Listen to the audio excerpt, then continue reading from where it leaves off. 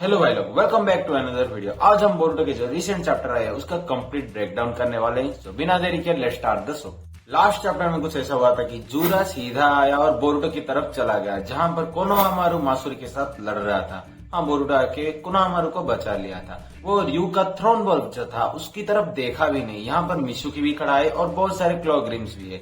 उन सबको छोड़ के सीधा बोरुटो पे फोकस है। वहाँ पर बोरुटो भी कोनोहामारू को बचा के मिशुकी के पास जाने के लिए बोलता है, जहाँ से वो आए थे, पहले मिले थे सैंड विलेज से, उसी पॉइंट पे जाके रुकने के लिए बोलता है और यहाँ पर जुरा को रोके रखता है। कोनोहामारू आते वक्त आराया को जाते हुए भी देखा है, जहाँ पर योडो को अपने कैरी करके कंधे पे शिंकी के पास चला जाता है। कोनोहामारू मिशुकी को सब बताता है कि बोरुटो ने क्या क्या बोला और मिशुकी बोलता है चलो हम बोरुटो का मदद करते हैं। पर यह भी सच है कि जुरा ने मिशुकी की तरफ देखा भी नहीं और बोरुटो पे फोकस है। अगर वहां पर जाएंगे तो दोनों के दोनों मारे जाएंगे। वैसे भी उनका मिशन भी खत्म हो चुका है और बोरुटो के ऑर्डर्स को मानने के अलावा और कोई चारा नहीं। बोरुटो जुरा से लड़ रहा है दूसरे तरफ और जितना भी अटैक किया है जुरा, सबको तो मिस कर लिया, खास करके वाइटल पॉइंट्स। और जितना छोटा भी लगा है ना, वो ज्यादा ड्रेन कर रहा है उसका एनर्जी। खास करके वो ज्यादा से ज्यादा फ्लाइंग राइजन इस्तेमाल कर रहा है। लास्ट चैप्टर में रासन ओजी को भी इस्तेमाल कर चुका है बोरुटो और कोई चारा नहीं, हैंड टू हैंड कॉम्बैट बचा है और हैंड टू हैंड कॉम्बैट में बोरुटो कमजोर है। फिर भी वो हैंड टू हैंड कॉम्बैट में आता है, जहां पर जुरा नेल स्वॉर्ड का इस्तेमाल करता है अपने मिडिल फिंगर का।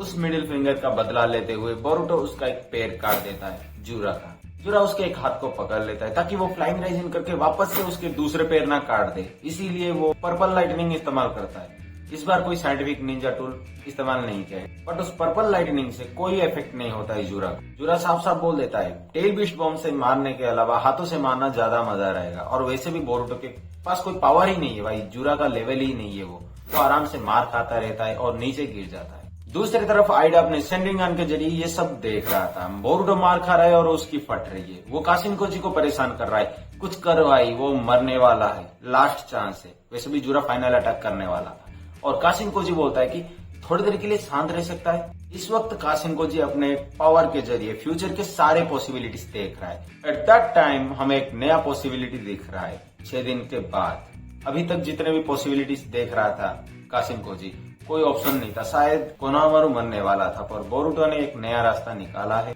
एग्जैक्टली, बोरुटो ने एक नया पॉसिबिलिटी निकाला है, काशिनकोजी नहीं, क्योंकि बोरुटो को फाइनल अटैक करने वाला है जुरा। राइट आंखों से टेल बीस्ट बॉम्ब निकाल रहा है, बट कोई भी सेंस नहीं कर पाया। सीधा कावाकी उसके पीछे आ जाता है और सीधा एक आंखों में रॉड घुसा देता है। अगर जुरा डिवाइन ट्री नहीं होता, कोई इंसान होता, तो उसके साथ उससे याद आ जाता, क्योंकि जो मार पड़ा है, एक आंख निकल गया, पूरा चला गया है। और एक और बात, जुरा ऑटोमेटिक रिकवर नहीं कर पा रहा है, शायद उसे उस ट्री की जरूरत है। कावाकी उसके सीधा पीछे आके उसका एक आंख फोड़ देता है और बोलता है कि इतना तुझे मारने के लिए काफी नहीं है मॉन्स्टर। यहाँ पर आइडा और काशिनकोजी बात करते हैं, कावाकी कहाँ से आ गया। काशिनकोजी पिछले 6 दिनों से इन्फिनिटी पॉसिबिलिटीज देख रहा है कि कोई तो रास्ता निकलेगा, पर कोई कुछ भी नहीं निकल रहा था। और अभी कावाकी आया है तो बहुत सारे पॉसिबिलिटीज दिख रहा है, हम उस पर भी बात करेंगे। ये कावाकी का पॉसिबिलिटी इसीलिए नहीं दिखा कि बोरुटो छुप छुप के कावाकी से कई बार शायद बात कर चुका है, वो काशिनकोजी को पता नहीं, इसीलिए उसे नहीं दिख रहा था। और दूसरे तरफ कोनोहामारू सारादा तो बेहोश पड़ा है। मिशुकी वो पॉइंट पे पहुंच चुका है, शायद सोच रहा था कि बोरुटो का कोई टेलीपोर्टेशन वाला कोई मार्क होगा, पर नहीं, वहां पर आ जाता है डेल्टा। शायद अभी से डेल्टा उसे बचाने वाला है। यहाँ पर थोड़ा इंटेंस फाइट दिख रहा है। जुरा जहाँ पर मार खा रहा है वो भी कावाकी से। एक पंच में जब कावाकी गिर गया था, अभी वो आराम से जुरा को मार रहा है। ये सब आमाडो का नतीजा है। ये सब पावर का नतीजा आमाडो इसीलिए है कि उसके सारे ताकत को वो डिफेंसिव में बदल दिया था ऑफेंसिव से। इसीलिए कावाकी को कोई नहीं मार सकता, पर वो भी किसी को नहीं मार सकता। अभी शायद बैलेंस कर लिया उसने। जुरा हैरान है कि कावाकी को एक पंच में हरा दिया था, फिर भी वो इतना ताकत लेके कैसे आ गया कि उसे सेंस भी वो नहीं कर पाया।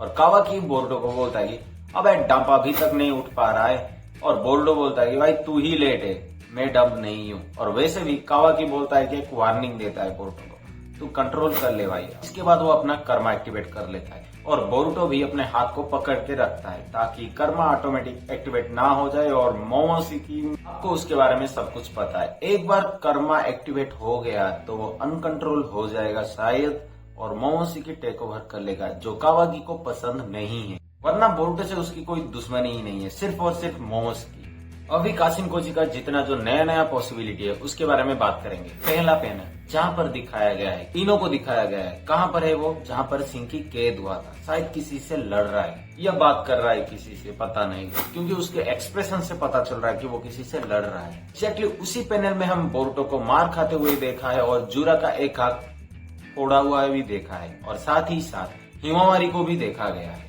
मतलब अगले कुछ चैप्टर में से हिमावारी का फाइट भी देखने को मिलेगा। फिर कुछ पैनल्स के बाद एक और पैनल दिखाया गया जहां पर कासिनकोजी वही पॉसिबिलिटीज देख रहा है। सारादा हिदारी को एक ही पैनल पे दिखाया गया है और साथ ही साथ जूरा को। जूरा अपने बेस पे है पर हिदारी और सारादा एक ही जगह पे शायद फाइट करने वाले हैं। नेक्स्ट उसके पीछे एक और दिखाया जाता है जहां पर बग का जो डिवाइन ट्री है, मामूसी, अब ये क्या बकचोद नहीं में मुझे पता नहीं, उसका नाम मामूसी है।